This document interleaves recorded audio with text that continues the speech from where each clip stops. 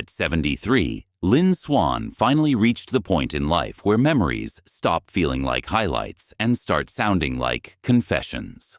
The man whose acrobatic catches once defined the golden age of Pittsburgh football now looks back at a career shaped by beauty violence and hidden truths buried beneath 4 glittering championship rings. Fans remember elegance. They remember the grace the body control, the almost unreal ability to twist in midair and pull the ball out of the sky. But Swann remembers something different. He remembers the price. He remembers the shadows.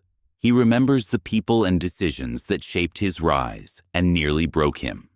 This is the part of his legacy few ever heard. The frustrations behind the dynasty. The rivalries inside the locker room. The moments when he felt targeted, doubted, or pushed past his limits.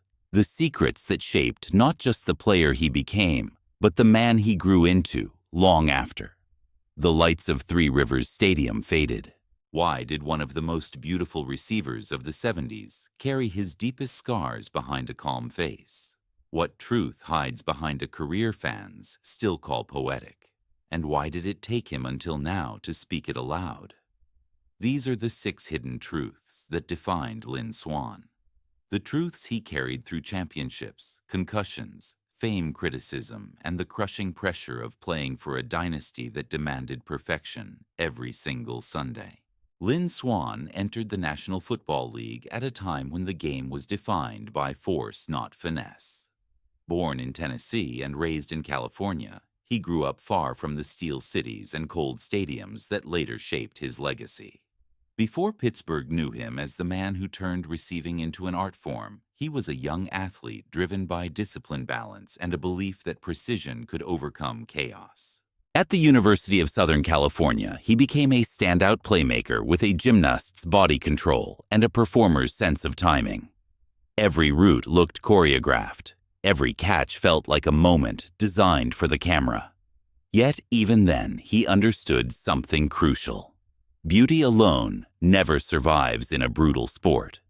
To last, he needed grit that matched his grace. When he arrived in Pittsburgh in the mid-70s, he joined a franchise transforming from a perennial underdog into a dynasty. The Steelers were built on intimidation. Their identity lived in the trenches. Their soul belonged to the defense that crushed quarterbacks and dictated fear. Swann was different. He brought elegance to a team defined by violence. In an era dominated by ground-heavy offenses, he was asked to redefine what a wide receiver could be. He needed to shine in a system that valued power more than poetry. It demanded courage on every snap. It demanded survival in a world where opponents saw him as a target rather than a star. The hits came early. The hits came hard. The rivalry with Oakland pushed him into collisions that tested not only his body but his resolve. Coaches wanted explosion. Teammates expected reliability. Fans demanded miracles every time the ball left Terry Bradshaw's hand. Under the stadium lights, his catches looked effortless.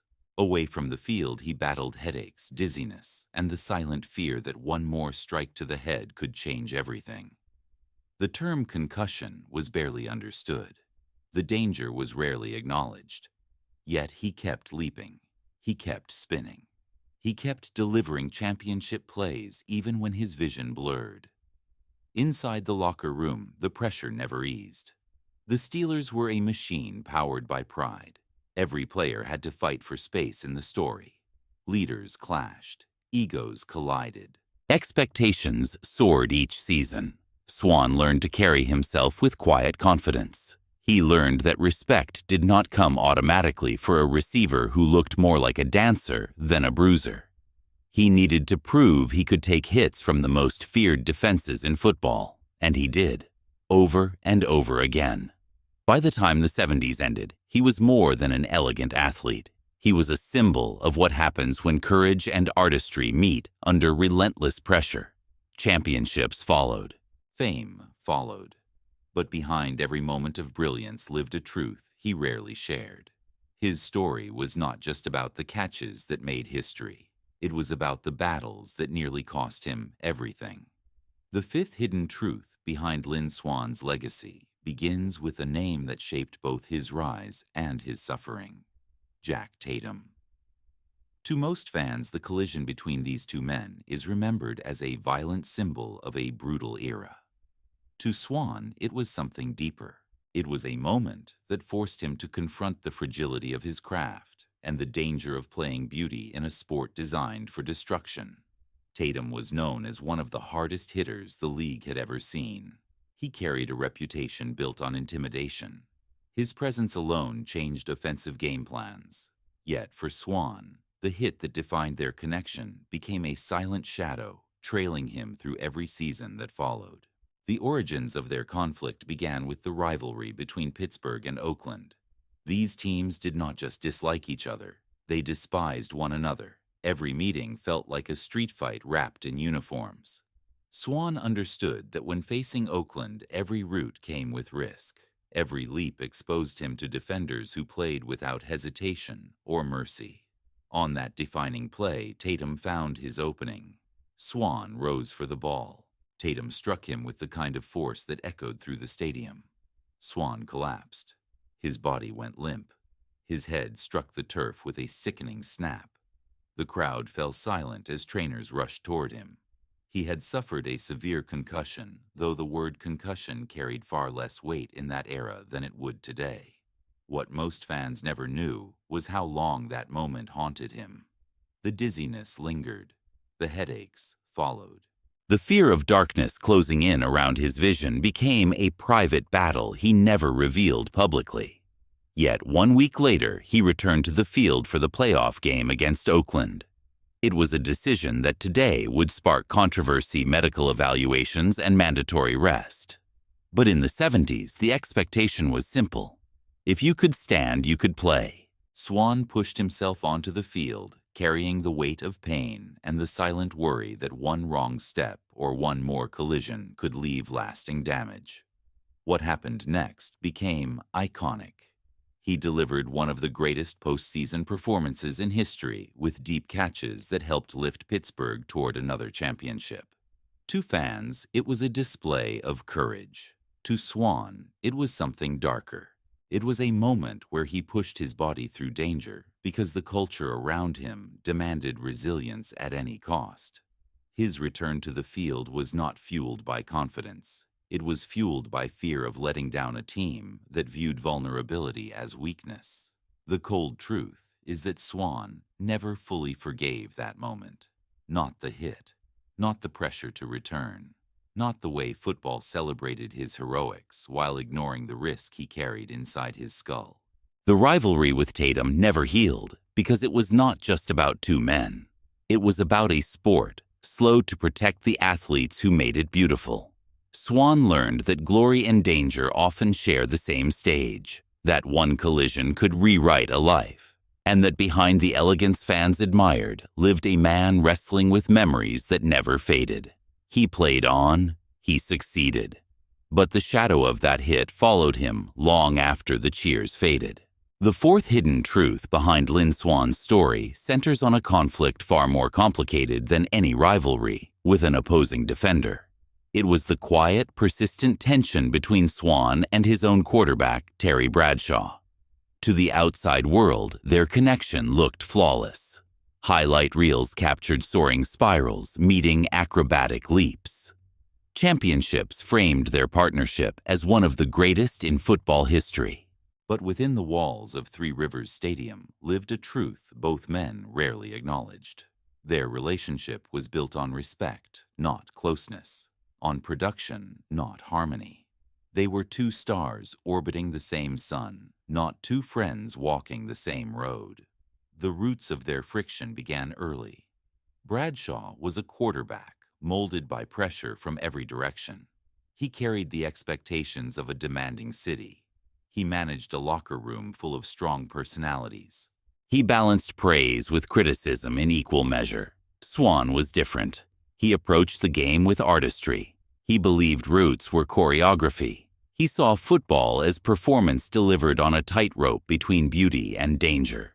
Their philosophies never fully matched. Bradshaw wanted reliability, physicality, and timing. Swann wanted precision, space, and the freedom to create. As championships mounted, the tension grew in ways the public never saw. Bradshaw often felt Swann received too much credit for spectacular catches while he carried the weight of game management and criticism. Swann believed his contributions were sometimes undervalued because he did not fit the traditional mold of a tough, bruising wideout. Their communication on the field worked because necessity forced it. Off the field, they lived as professionals fulfilling roles, not companions sharing trust. The defining moment that solidified the distance between them came during stretches when Bradshaw publicly expressed frustration about his receivers or distribution of credit. Swann rarely responded openly, but privately the comments stung. He knew the team's identity revolved around defense and power football, yet his most iconic plays often took Pittsburgh from great to legendary. Still, he felt as though elegance carried less respect in a dynasty built on brute strength. During high-pressure situations, this tension created an invisible weight. In crucial moments, Bradshaw instinctively turned to Swann because he trusted his talent. Yet Swann carried the sense that he needed to prove himself over and over again to earn that trust. Even after his Super Bowl performances etched him into history, he felt the gap between artistic value and traditional toughness. Their success masked the friction. Their rings hid the emotional distance. The cold truth is that their relationship never warmed in the way fans wanted to believe. They respected each other's roles. They relied on each other's skills, but they never shared the bond that defined other legendary quarterback and receiver duos. Behind the scenes, Swann learned that glory does not always come with connection. Sometimes it comes from survival in a system where personalities clash and expectations collide. For Swann, the partnership with Bradshaw remains a symbol of duality. Their chemistry produced moments etched into NFL history. Yet it was born not from friendship but from necessity. They succeeded because they had to succeed. The dynasty demanded it. And beneath every perfect spiral and every acrobatic catch lived a truth neither man spoke aloud. Greatness does not always grow from unity. Sometimes it grows from tension.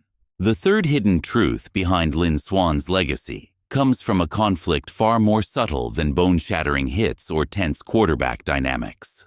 It was the constant battle for identity and respect within the Steelers' locker room. Pittsburgh in the 70s was a dynasty built on defense. The Steel Curtain shaped the team's personality, its swagger, and its public image. Men like Joe Green, Jack Lambert, and Jack Ham embodied the franchise's toughness. They set the tone. They received the spotlight. And in that environment, Swann often felt like an artist forced to perform in a factory of iron and smoke. The tension was never open hostility. It was the unspoken hierarchy of a team that valued one kind of toughness over another. Defensive players took pride in domination. Offensive linemen earned respect through scars. Running backs survived collisions that echoed through stadiums. Swann, with his elegance and aerial brilliance, represented a different kind of strength. He took hits that would level most receivers. He absorbed punishment while leaping into danger for the ball. Yet some teammates viewed his style as finesse, not force. The roots of this tension were planted early in his career. Wide receivers simply did not define teams in that era, unless they played with a bruiser's mentality. Swann's acrobatic approach, his focus on balance and body control, stood apart. Some defensive leaders respected his talent, but questioned whether his style aligned with the team's identity. Others quietly believed the defense was the true engine behind the championships, and the offense existed to support it. Swann felt those perceptions even when no words were spoken. The defining moment of this unspoken conflict came during seasons where Swann battled injuries, particularly head trauma. While many teammates admired his toughness, others saw his absence from practice or limited reps as weakness. The culture of the 70s demanded stoicism. Pain was a private burden. Vulnerability was a threat to respect. When Swann struggled with dizziness or headaches from repeated hits, he kept quiet because he feared losing standing in a locker room where toughness was currency. He knew he could catch the ball in ways almost no one else could, but he wondered if that artistry would ever earn the same respect as the brutality displayed on the other side of the ball. Even during their championship years, Swann sometimes felt overshadowed by the defensive legends who dominated headlines and fan celebrations. His Super Bowl performances were historic, yet the narrative around the dynasty often returned to the steel curtain. He admired those men. He respected them deeply. But he also recognized that the team's identity created a challenge he had to quietly negotiate. He carried the pressure of proving that beauty could belong in a world built on violence. The cold truth is that Swann's internal struggle was not about teammates disliking him. It was about fitting into a culture that did not always know how to value a player who redefined elegance in a brutal sport. His success demanded not only skill, but persistence. He had to force the league and his own locker room to acknowledge that toughness can look like a diving catch just as much as a crushing hit. Behind every highlight lived a quiet fight for recognition. And long after the cameras stopped rolling, Swann remembered how hard he worked to earn respect in a dynasty that measured greatness in pain. The second hidden truth behind Lynn Swann's legacy involves a conflict that rarely makes highlight reels, but shaped the emotional core of his career. It was the ongoing battle with public perception, a struggle born from being labeled too glamorous for a franchise and a league that worshipped violence over artistry. In an era when wide receivers were expected to be tough before they were talented, Swann's elegance made some analysts dismiss him long before they bothered to understand him. His grace became both his signature and his burden. From the moment he entered the league, critics questioned whether his style could survive the brutality of professional football. Reporters described him as flashy, delicate, or overly polished. Some suggested he belonged more on a stage than on a field. It was the kind of criticism that lingered not because it came from opponents, but because it shaped how the public measured his worth. Swann knew the truth. He took some of the hardest hits of the 70s. He returned from concussions when few understood the risks. He made catches in traffic where bodies crashed around him like falling steel. Yet, the narrative followed him. Beauty was misread as fragility. The root of this perception problem lay in the contrast between Swann and the team he played for. Pittsburgh was a blue-collar city built on mills and sweat. The Steelers embodied that identity with their ferocious defense and punishing run game. Swann's style was cinematic. Slow-motion replays turned his jumps into poetry. Photos captured him suspended in the air like a dancer mid-performance. The problem was not that people failed to see his brilliance. The problem was that they attached assumptions to it. They mistook grace for ease. They believed fluidity meant he took fewer hits, not more. The defining moment of this conflict arrived after one of his greatest Super Bowl performances. Instead of universal praise, several analysts argued that his impact was overstated because the Steelers were carried by defense. Others claimed his highlight plays overshadowed the work of tougher, grittier teammates. Swann was frustrated not by jealousy, but by the misunderstanding. He was not seeking to outshine the steel curtain. He simply wanted acknowledgement that his contributions came from courage as much as talent, that every leap through the air meant exposing himself to defenders intent on punishing him for daring to play beautifully. Over time, the narrative took a toll. He felt boxed into a role he never chose. He became the symbol of elegance in a league that demanded blood and bruises. He read articles praising his catches while questioning his toughness. He heard analysts suggest he was inconsistent despite his ability to deliver in the biggest moments. Public perception became a silent rival, one he could never truly defeat, because elegance invites admiration, but also invites doubt. The more beautiful his plays became, the more people assumed they came easily. The cold truth is that Swann spent much of his career fighting to prove that artistry does not replace toughness. He learned that beauty in football is not soft, it is dangerous. It requires courage to leap into hits. It demands fearlessness to expose your body for the sake of a catch. Behind the airbrushed photos and cinematic replays lived a player who bled, suffered, and endured far more than fans realized. His story is a reminder that perception can be a harsher opponent than any defender. And long after his final game, Swann still remembered how hard he worked to redefine what strength could look like. The first and most defining hidden truth behind Lynn Swann's legacy concerns the battle he faced not against an opponent, a teammate, or a critic, but against the very era in which he played. It was the silent war with the lack of medical understanding and the dismissive culture surrounding head injuries in the 1970s. More than any rivalry, more than any tension in the locker room, this reality shaped his fears, his decisions, and the way he remembers his career today.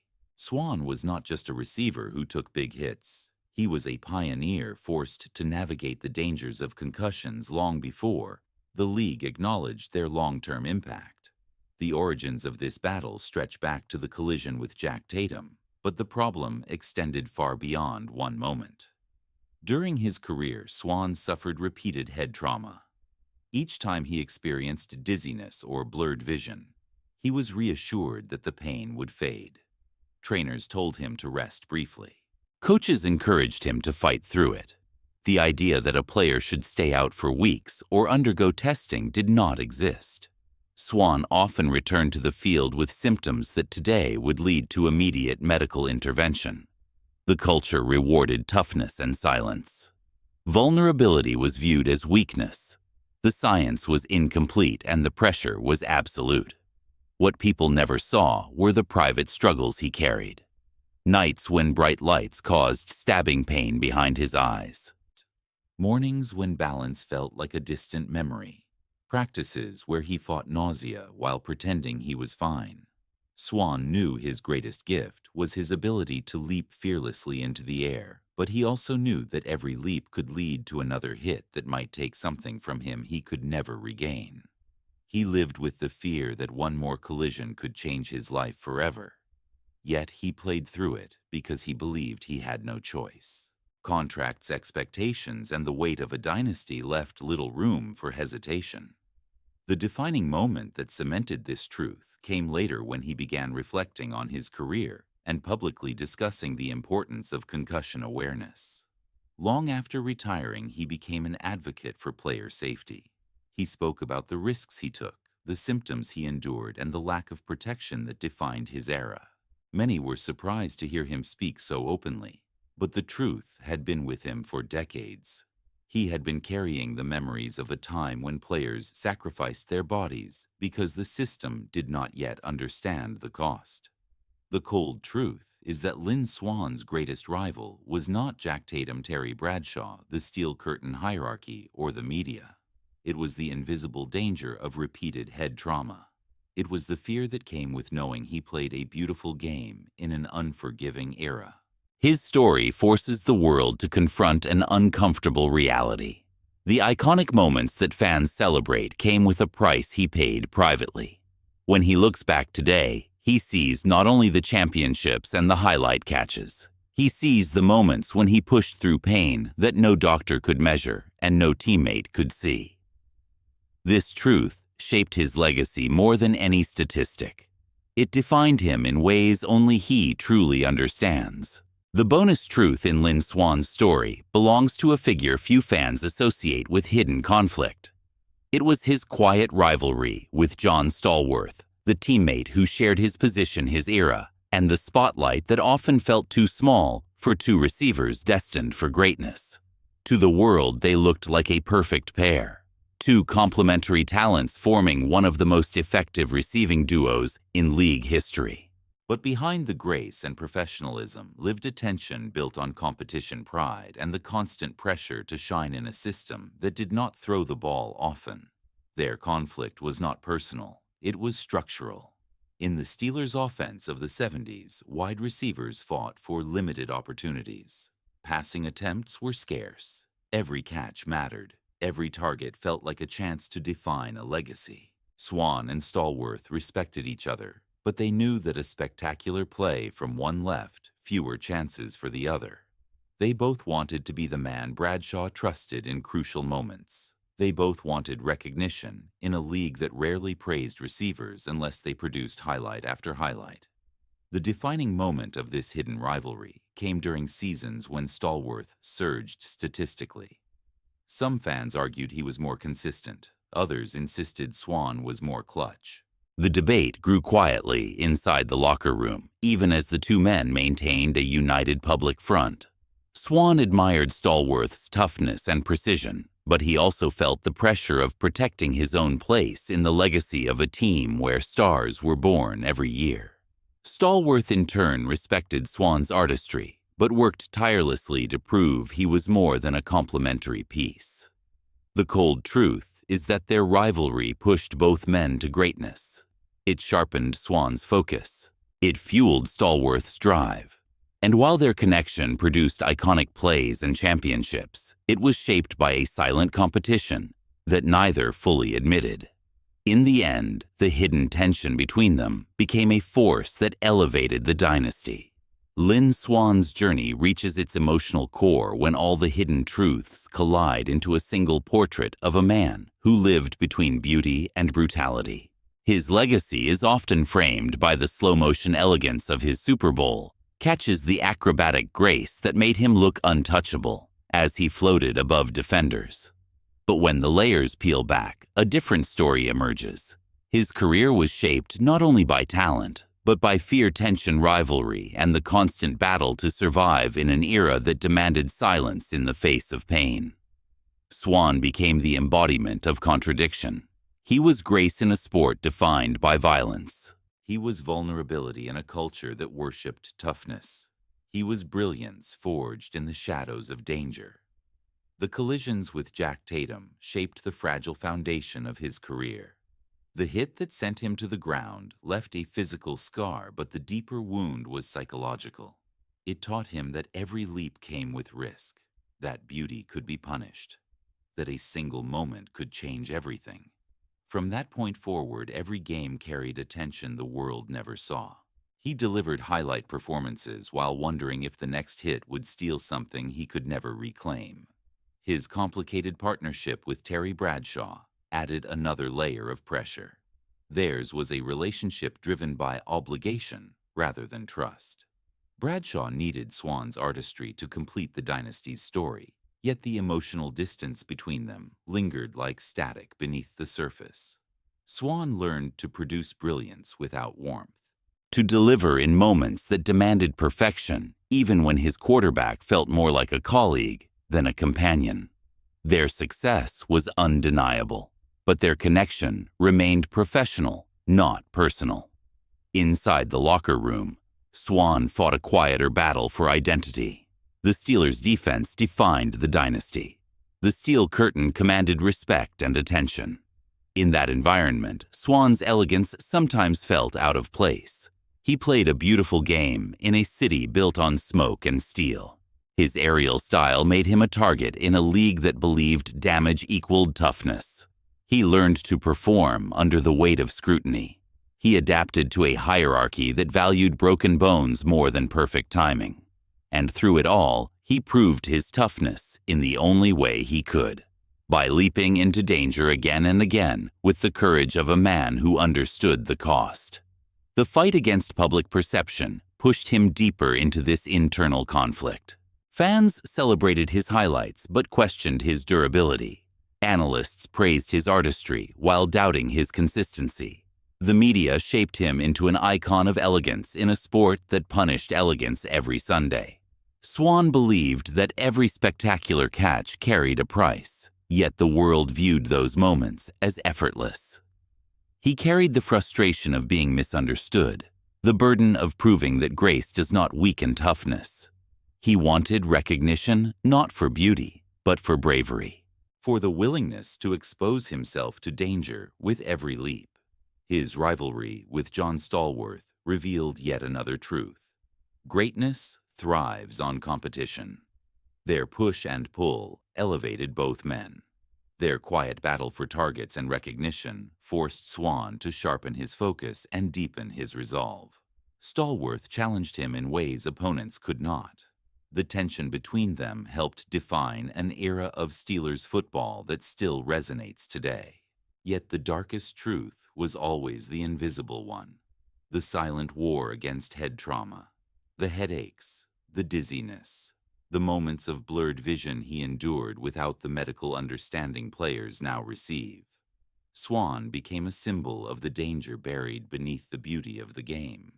His advocacy in later years was not just a message for future players. It was the echo of a career shaped by risks he faced alone. He understood that the league needed to change because he had lived the consequences of a system that did not yet know better. When all these truths converge, they reveal a legacy far deeper than highlight reels suggest. Lynn Swann was not merely a receiver who danced above defenders. He was a man who carried the weight of a brutal era with dignity. He turned vulnerability into strength. He turned pressure into performance. He transformed conflict into legacy. His story shows that greatness is often forged in the spaces the world does not see, in the doubts whispered in quiet rooms, in the moments when courage outweighs fear, in the truths buried beneath applause. Beyond trophies and glory, it was grudges, betrayals, risks, and dark realities that molded him. Swann's legacy is not just the beauty of what he did. It is the cost of how he did it. It is the strength of a man who soared above a violent game and paid the price for flying too high. Lynn Swann's journey reminds us that every highlight hides a deeper truth. The elegance, the leaps, the unforgettable Super Bowl moments were only part of the story. Behind them lived a man carrying fear pressure, rivalry, and the quiet burden of playing through danger long before the league understood how high the cost could be. His legacy forces us to ask a harder question. What does greatness really demand? Is it talent? Is it courage? Or is it the willingness to keep rising even when every fall could change everything? Now that you have seen the 6 hidden truths that shaped Lynn Swann's career, which one surprised you the most? Was it the brutal rivalry with Jack Tatum, the tension with Terry Bradshaw, the quiet battle for respect inside the dynasty, or the devastating reality of playing through head trauma in an unforgiving era? His story opens the door for debate, reflection, and insight into what football really looked like behind the curtain of glory. If you enjoy discovering the untold stories behind football's golden age, this is your place. NFL Hidden Truths brings you closer to the legends than ever before. We dive into the rivalries they carried, the secrets they kept, and the dark moments that shaped their rise. There are countless stories still waiting to be uncovered, and your support helps bring them to life. If you found this documentary meaningful, consider subscribing to NFL Hidden Truths. Join the community that looks beyond the surface to find the truth beneath the helmets. Like the video, leave your thoughts in the comments, and share this story with fans who appreciate the depth behind the highlights.